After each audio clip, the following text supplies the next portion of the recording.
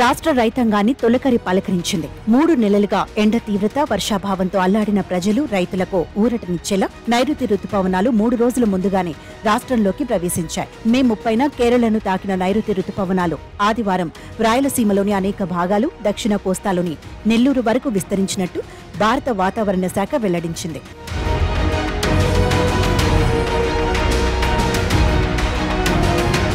సాధారణంగా జూన్ 5వ తేదీ కల్లా రాయలసీమ, దక్షిణ కోస్తాలో కొన్ని భాగాల్లోకి రుతుపవనాలు ప్రవేశిస్తుంటాయి. అయితే దక్షిణ కోస్తా, ఉత్తర తమిళనాడుకు ఆనుకొని పశ్చిమ మధ్య నైరుతి బంగాళాఖాతం, కేరళకు ఆనుకొని అరేబియా సముద్రంలో వేరువేరుగా ఉపరితల ఆవర్తనాలు ఆవరించాయి. ఇంకా అరేబియా సముద్రం నుంచి పడమర గాలులు కేరళ వైపు బలంగా వీస్తుండటంతో రుతుపవనాల కదలికలో పురోగతి కనిపించింది.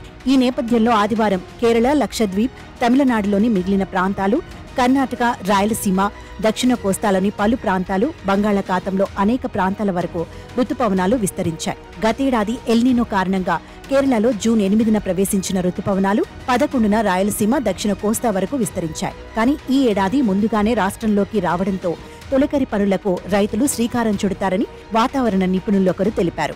బంగాళాఖాతంలో ఉపరితల ఆవర్తనం, వాతావరణ అనిశ్చితి ప్రభావంతో శనివారం రాత్రి నుంచి కోస్తా, రాయలసీమలో అనేక చోట్ల ఉరుములు, పిడుగులు, ఈదురు గాలులతో కూడిన వర్షాలు కురిశాయి. రానున్న 3 రోజుల వరకు కోస్తా, రాయలసీమలో అనేక చోట్ల పిడుగులు పడే అవకాశముందని, గంటకు 30 నుంచి 40 కిలోమీటర్ల వేగంతో బలమైన గాలులు వీస్తాయని వాతావరణ శాఖ తెలిపింది.